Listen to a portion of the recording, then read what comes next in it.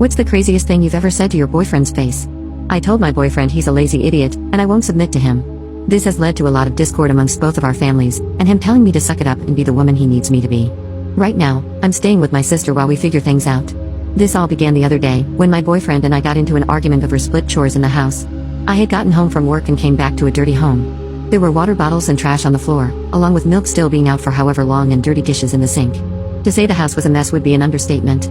It was my boyfriend's day off today, but I had to work. So he was home alone. I work in the ER and often have to do 12 to 16-hour shifts. He works in a warehouse and has a 40-hour work week, which I understand can be some backbreaking work, which is why I do what I do for him in the first place. Still, I manage to cook, clean and pack food for both him and I, all while he does the bare minimum, like taking out the trash or making sure he doesn't leave toothpaste on the bathroom sink. On this particular day, I had a rough day at work, and I was hoping to come home to a clean house, shower, and get some rest. It was my Friday, and I was finally getting paid.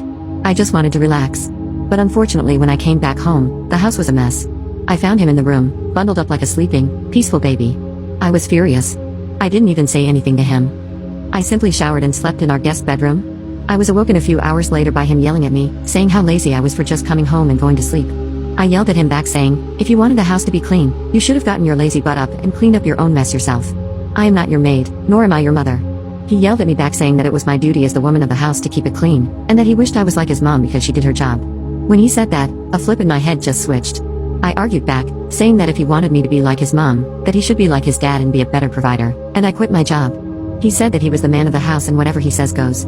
I don't remember entirely what I told him, but said something along the lines of, no, you aren't the man of the house. I am. I go to work, pay most of the bills, clean the house, cook almost every meal you eat, all while being pregnant. You can't even comprehend how exhausted I am. I'm tired of your lazy butt doing nothing but coming home from work, eating and sleeping. You don't help me with crap. A man is supposed to lead, but I always have to take initiative in this relationship, and I'm tired of it. We're not even married, and you're expecting me to step into the wifely role while you act like a kid? He said, see, this is why I haven't asked you to marry me. My heart dropped into my stomach. I told him that if he was never planning to marry me anyways, that we should go our separate ways. And for him to stop wasting my time. I packed up and left, deactivating the tracking system I have in my car and phone. I am so hurt.